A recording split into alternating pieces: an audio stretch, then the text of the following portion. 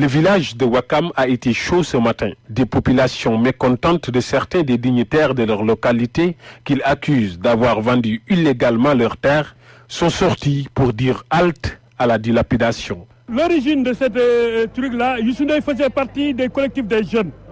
Au moment qu'on a morcelé cette 5007, c'est là où se trouvaient les postes des terrains. Alors, il a commencé à vendre les terrains, les postes, après un terrain de football, que j'ai alerté le procureur de la République, Mansour Gueye.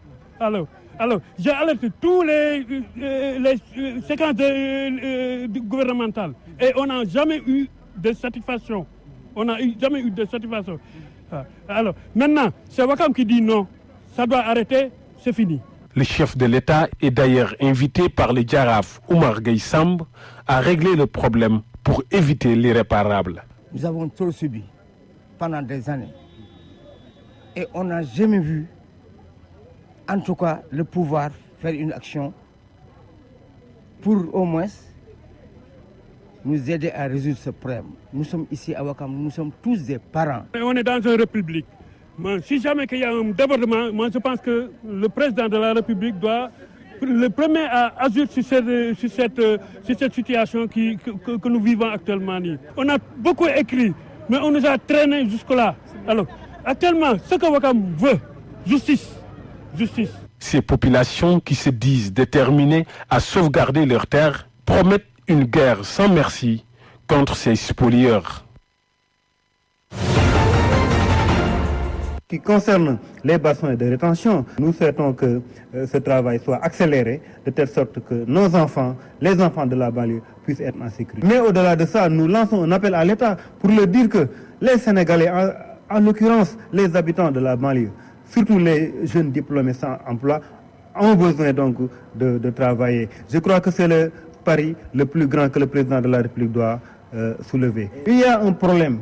Qui doit marcher, qui ne doit pas marcher? Doit-on autoriser, ne doit-on pas autoriser? Étant donné que ce problème-là découle de l'article 10 de la Constitution qui a été mis sur place par le président Abdoulaye Wade pour un objectif politicien, et étant donné qu'actuellement cet article-là pose problème, pourquoi l'article pose problème? Parce qu'il autorise, il donne des pouvoirs à la rue, alors qu'il y a le préfet à qui la loi, n'est-ce pas, qui est donc une norme inférieure, donc donne des pouvoirs au préfet. Lui aussi qui doit veiller à ce que la sécurité publique soit assurée. Donc il y a un certain choc entre les deux normes juridiques.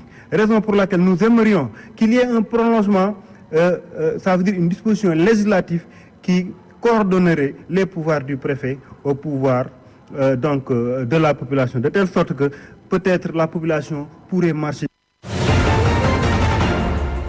La Sierra de Djamel, comme vous le savez, Djamel est un foyer religieux qui a joué un rôle historique dans le domaine de la division de la civilisation et de la culture islamique.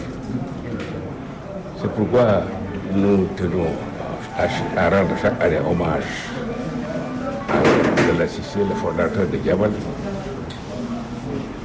qui a également créé le foyer de Djamel, où beaucoup de nos grands élus ont été formés en 1910 jusqu'à 1925, dans laquelle il est appelé à Dieu pour prendre les dispositions nécessaires à l'organisation de la prochaine ziara.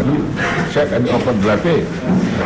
La paix est un sujet permanent, parce que sans la paix, il n'y a rien du tout.